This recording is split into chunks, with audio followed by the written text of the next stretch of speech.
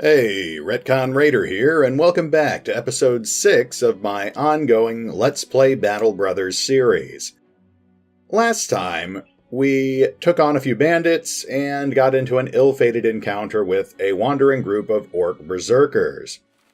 We've suffered a few injuries, not the least of which is Faceless Goon's maimed foot. But we're still 10 men strong, and there's blood in the water, so I think that we're going to go ahead and dive into this orc lair. See if we can teach them not to mess with the raiders. There are some orc berserkers. I'm guessing that's somewhere between 4 and 6. Since these guys won't have the benefit of shields, I'm pretty sure we can take them. Those trees might be a problem. I don't think berserkers are generally programmed to make heavy use of cover, though. So if we're lucky, they'll just run right by the trees and... Yep, this bodes well. Archers at the ready!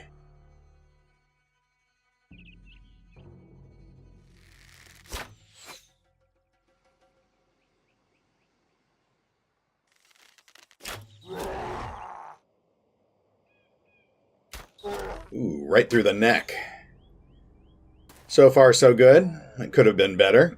Definitely could have been worse. Fortunately, it doesn't look like any of these guys have two-handed weapons either. So we're dealing with 4 berserkers. I see 3 choppers and 1 head splitter. The head splitter could be a danger to our shields. We've already got one of them on the run, but I'm not going to let him go.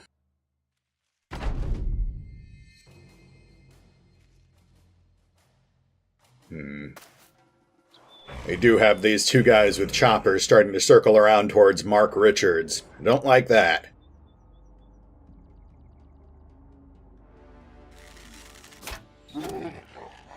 Alright, that's Bunny with the first kill. We've got one of these 3 guys down, but the remaining 3 berserkers are clearly splitting to circle around my spear line.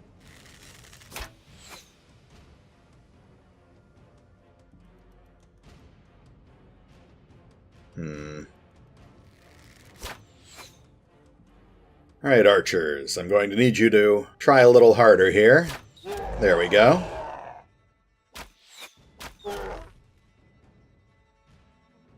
And I think I'm going to go ahead and move Roderick to block their movement towards Mark.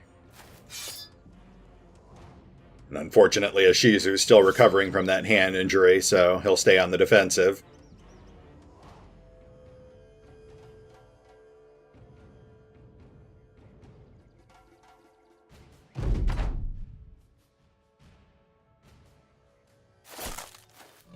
Oop. Oh dear. Alright, so it looks like the berserkers managed to stun Roderick, and then rushed in to fill the gap in our battle lines. Fortunately, it took them all of their actions to do that.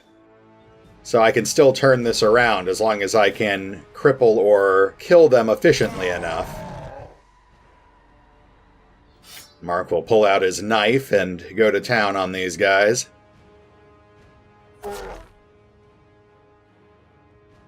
Not too shabby. Potato will grab his knife as well.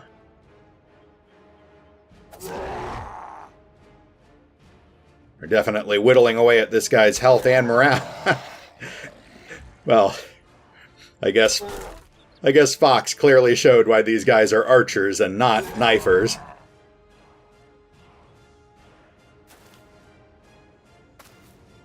Siren wants to get in there. He feels left out.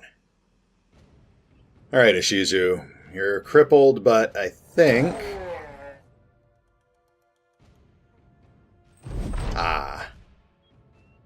Okay, there's still 2 berserkers standing. They're both pretty close to demoralized, and one of them's... There's 1 berserker left. At this point, I guess we just need to pile on top of him. He's on elevated terrain. That's going to make it a little trickier. But at this point, we'll probably just be dogpiling him.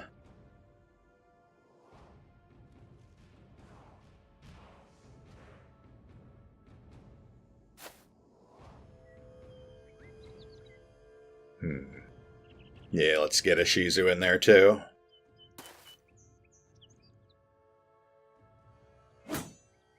So far, so good. Roderick turned aside his attacks. I really should knock him off that elevated terrain.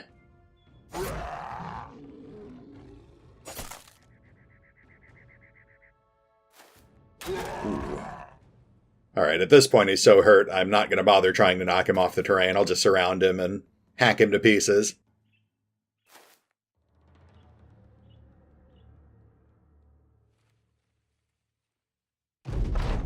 Alright, in fact, if I'm lucky, my archers can finish him off before anything else happens.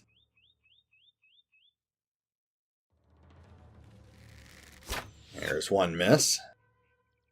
Bunny's not close enough to get off a shot this turn. Mark. Alright, that's miss number 2. Here's Alessandro. It's a hit, but not a fatality. Shizu with 2 misses in a row. Oof. Henry Baggins getting in. There we go. Alright, so Fox with, I think, first and last kill of the battle there. That makes him our MVP. Well, we got a couple of level ups and some furs. That's another stack of gold for our mercenary company. A couple of head choppers, too. Well, that wasn't so bad. I don't think we took any significant injuries, and that gives us about 600 to 800 gold worth of saleable loot. Now, I don't think we're in any shape to take on a full complement of skeletons, so I'm going to pare down our battle line to just 3 guys, and they're going to duck in and grab the artifact and then duck back out.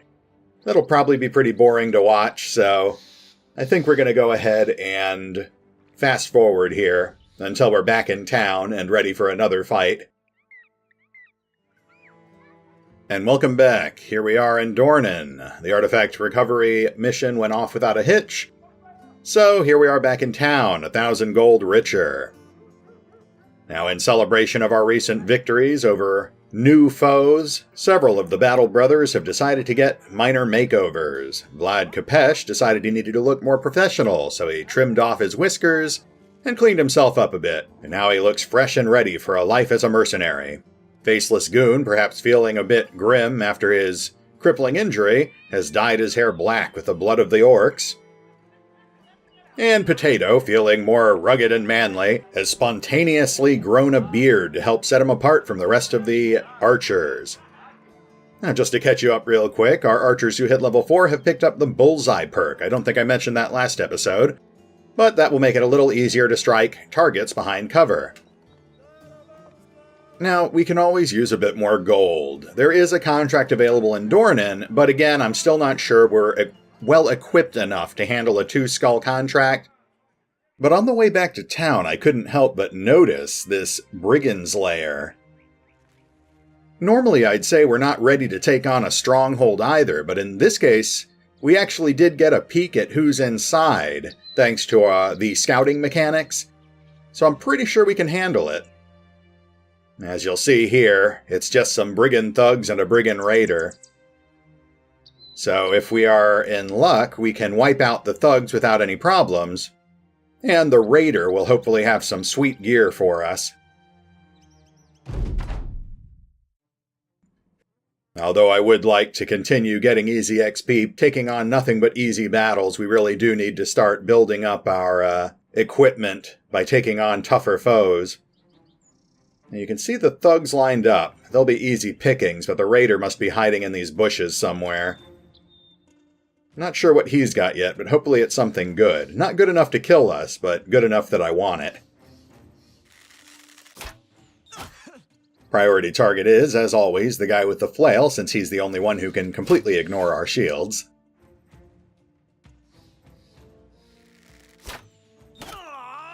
And there goes his face.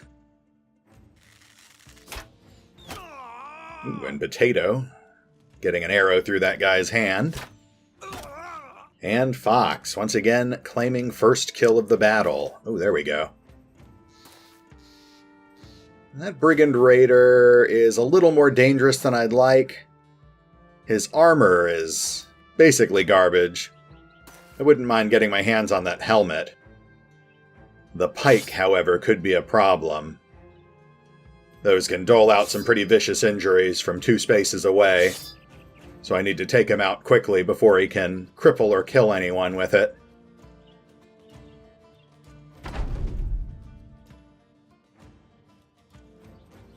And my spear line is going to prepare for these thugs. But my archers will hopefully wipe out at least half of them. There we go. That was Mark taking out thug number 2.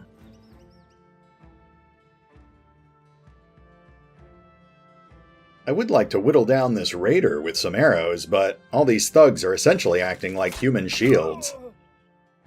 Whoops, and that raider is going right for our archers. Well, we can't have that, so Henry Baggins will intercept him.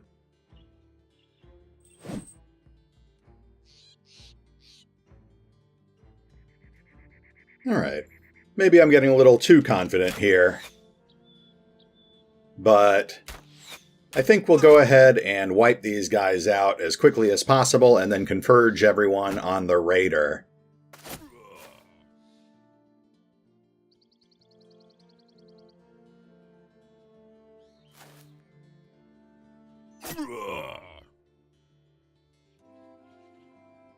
For now, I think Henry Baggins should be able to keep him busy.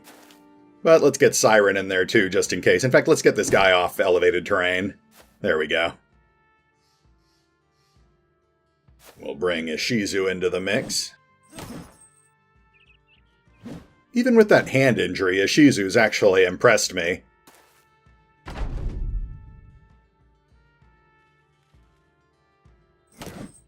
He still manages to pretty reliably land blows despite the massive penalty to his melee skill. Okay, now I can start moving my archers into position to trim away at this guy's health. Alright, I didn't even notice Alessandro got pinned down here. Let's see if he can knife this guy. No, unfortunate. Well, at least that guy's only armed with a wooden club. That shouldn't be too much of a threat.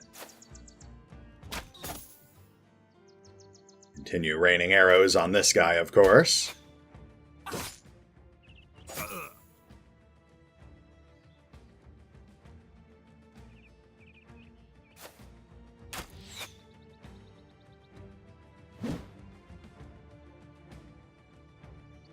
I think Henry Baggins has had about enough of that guy.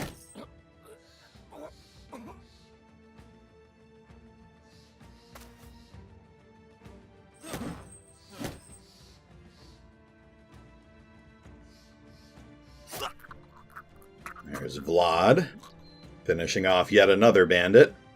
And we'll start moving him over to join the fray against the raider.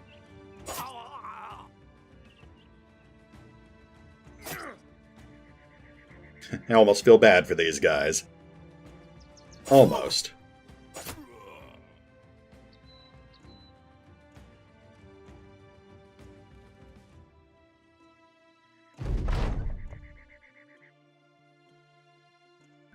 A bit trickier to draw a shot now.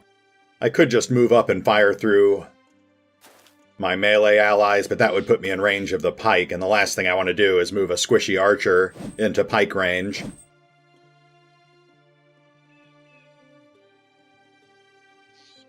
Yeah, that should be safe. Oh, but I do need to switch him back to his bow when I get the chance.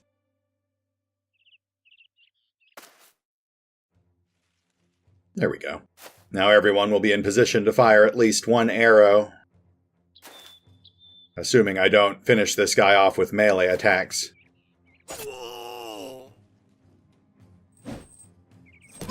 Ah. Alright, that's everyone except for this thug.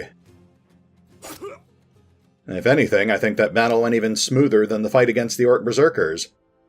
We netted 3 level-ups, too. Some more people hitting level 4, I see.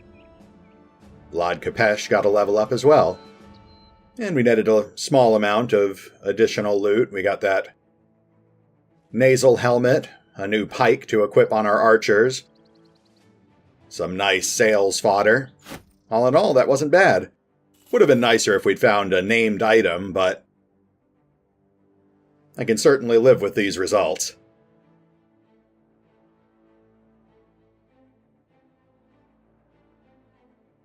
Now, as always, I think I'll take care of the equipment management and the level ups off screen, but I will be giving this pike to one of our archers. Eventually they'll all get pole arms. And I do need to decide who has a high enough stamina to wear that nasal helmet. So I'll be right back, and then we'll see what other trouble we can get ourselves into. And we're back again. Equipment and level ups have all been taken care of. We returned to Dornan, and then started heading north towards Sea Dock and Sea Camp, the only two towns that we still need to visit to complete our current ambition to visit every town and fortification in the world. But as soon as we set foot out of Dornan, we ran into the Overgrown homestead. And let me get a little closer here, but there, you can see it has some Brigand thugs and another Brigand raider, so I think it's a good target of opportunity. At this point, I think it's pretty well established that we can mop the floor with Brigand thugs. So I went ahead and slotted Faceless Goon and Rondus the Uncleaved back into our battle lines. They're still pretty beat up, but I should be able to keep them safe. It looks like another raider with a polearm. A billhook, I think. The tree's a bit problematically placed. It provides them with some minor cover, but it does leave over half their battle line exposed. So we'll start by taking out this guy with the pickaxe, since that can wreck our armor.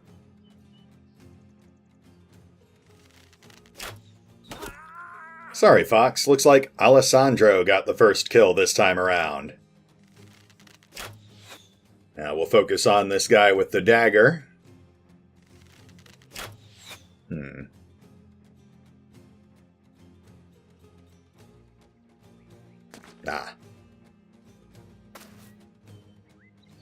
Alright, that raider has moved into polearm range of Roderick, so I'm going to go ahead and engage him. But I want his chainmail, so I'm going to do a potentially foolish thing here. And on the next turn, I'm going to start trying to knife him to death. Knives and daggers both have a special attack that allows you to ignore armor and do damage directly to health instead.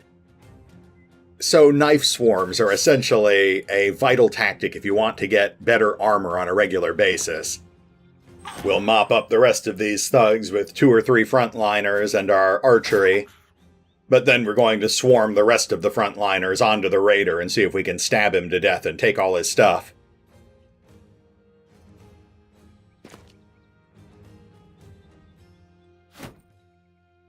I'm leery of moving Faceless Goon into direct combat so quickly. He'll stay on the defensive for the moment. We'll move Ishizu in there. He doesn't have a knife to fall back on, but he will provide a passive bonus to hit to everyone else who joins the combat against the raider. Let's see if the archers can take out some more of these guys. There's a solid shoulder hit. There's Potato, jabbing an arrow into that guy's side. And Mark Richards with kill number 2 of the battle. That's a nice dagger. Can I have it?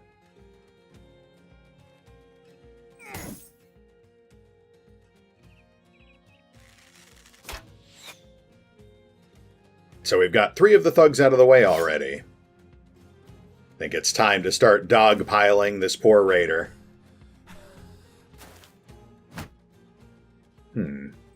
That guy apparently feels like he can take the Faceless Goon. Let's see how that works out for him. There's Siren making short work of that brigand. Alright, let's get Rondus in here. Now, unfortunately, Rondis with his split shoulder is only inflicting half normal damage, but this poor Brigand is so outclassed that pretty much anyone can kill him at this point.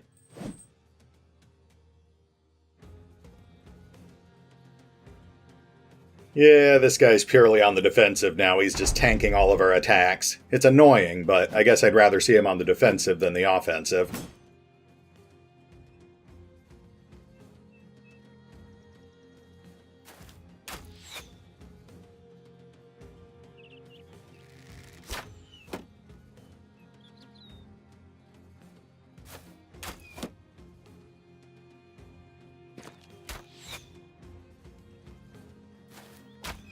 He can't hurt me if all he's doing is standing there with his shield raised.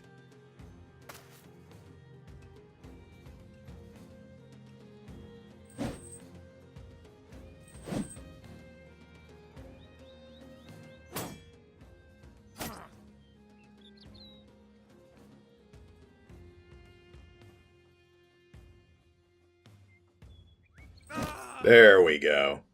Alright, everyone with a knife, move over and join combat against the raider. That's a good third of his life down. Faceless Goon, just hang back. Let's get the archers back into an orderly line. They're going to be sitting the rest of this fight out.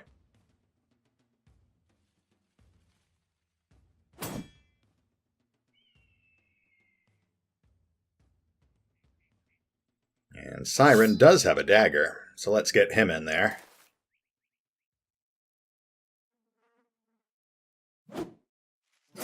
Ah, down to a third of his health. This is going well. Rondis, get your dagger kitted. And I think Henry has a knife. Yes, he does. Alright, get in there, Henry. I kind of regret moving a Shizu in there now, since he's the only one of my frontliners without a knife.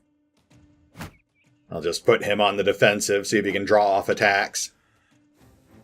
Oh, but now I'm starting to run into issues with fatigue. Unfortunately, while that knife attack is great for bypassing armor, it's low accuracy and it uses a tremendous amount of fatigue. So unless you take the dagger specialization, you can't get off a lot of those attacks in rapid succession. Alright, archers, get back into an orderly line, please.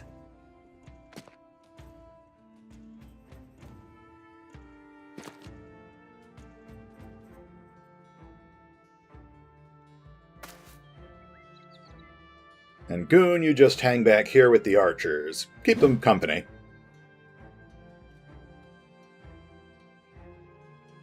I guess Rondis should hang back too, no sense in pointlessly risking his life.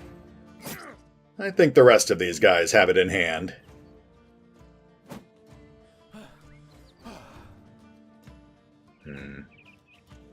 Pass some turns here.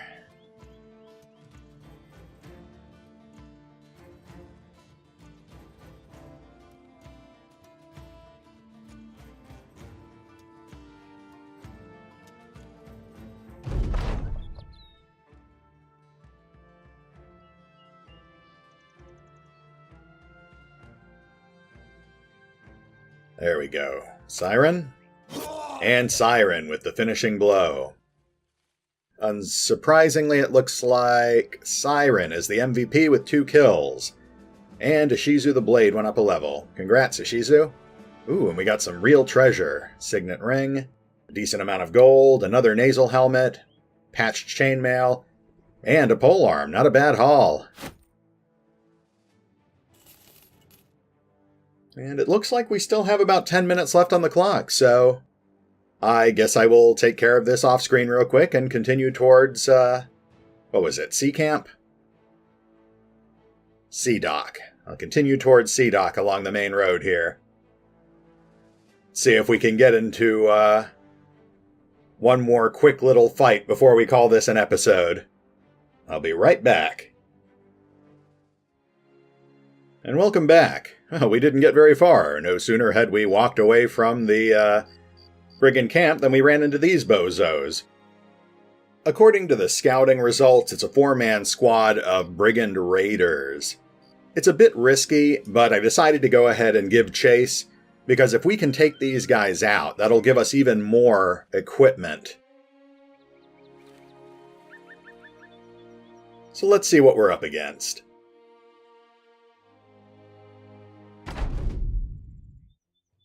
That doesn't look so bad. I see a couple of decent weapon upgrades. Some nice suits of chainmail, but more importantly, 3 of these 4 guys have no helmet, so if I can land some headshots, we might be able to finish this fight pretty quickly. Our priority target's going to be this guy, though. I don't want to tear up the chainmail suits, but this guy's got heavy leather. I don't really want that, so I can afford to chew him up with arrows.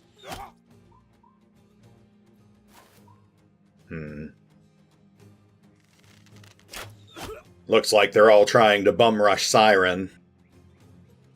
So I think as soon as Siren's turn comes up, I'm going to jump him onto that elevated terrain. Everyone else will hold position for now.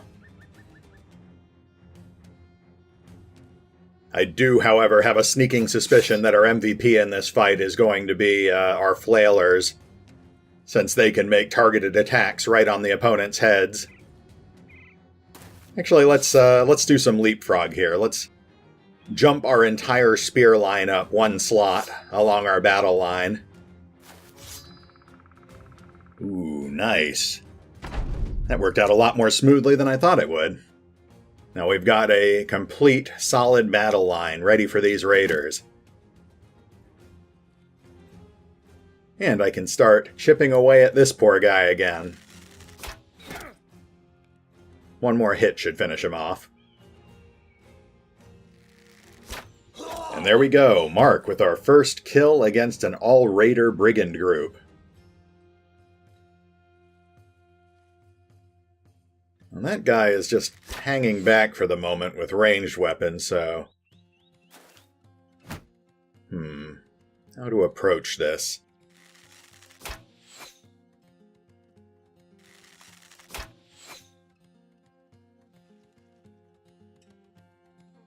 I guess I should just keep everyone on spear wall for now, wait for them to engage. I will start boxing them in, though.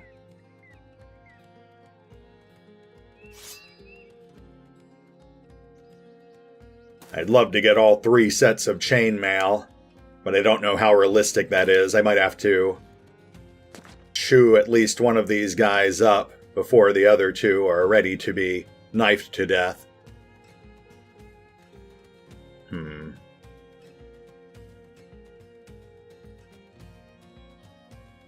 Yeah, what the hell? Let's go ahead and engage. No guts, no glory. Sorry if this gets someone killed.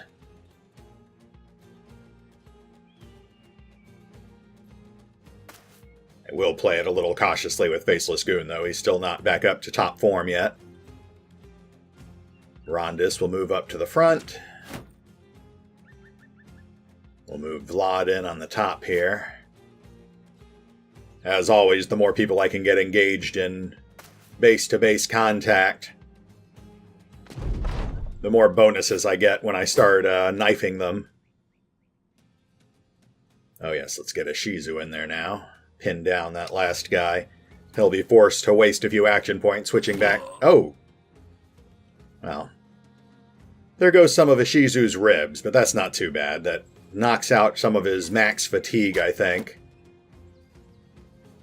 Okay, since these guys have started doling out actual serious injuries, I'm going to go ahead and start moving my archers up to whittle them down as well. Maybe I'll get some lucky headshots, but unfortunately it does look like I'm going to have to chew up at least 1 or 2 of these suits of armor.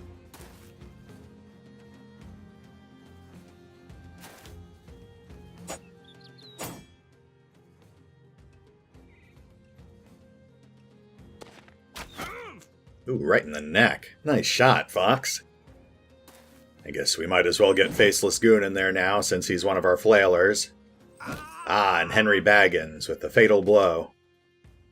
Yeah, as I suspected, the flails are definitely invaluable for this fight, since these morons didn't think to wear helmets. The rest of my guys will focus on knifing where possible. Got that guy's health down by a third already. Move Siren in, switch him off to his dagger, freshly plundered from a different bandit. Ah, good. It looks like their morale is all but broken at this point, so we pretty much won the fight. I'm just going to start raining arrows on these guys now.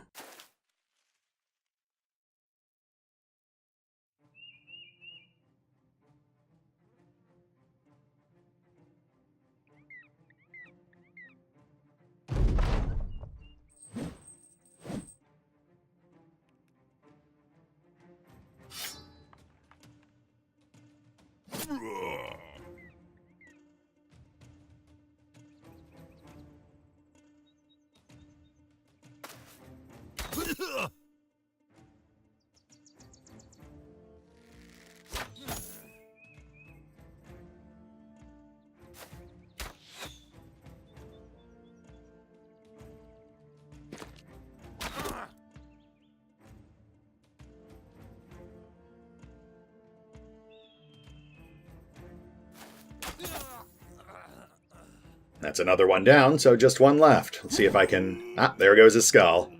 Nicely done. I think that's 2 fatal headshots from Henry Baggins, so he's our MVP for the final battle of the episode.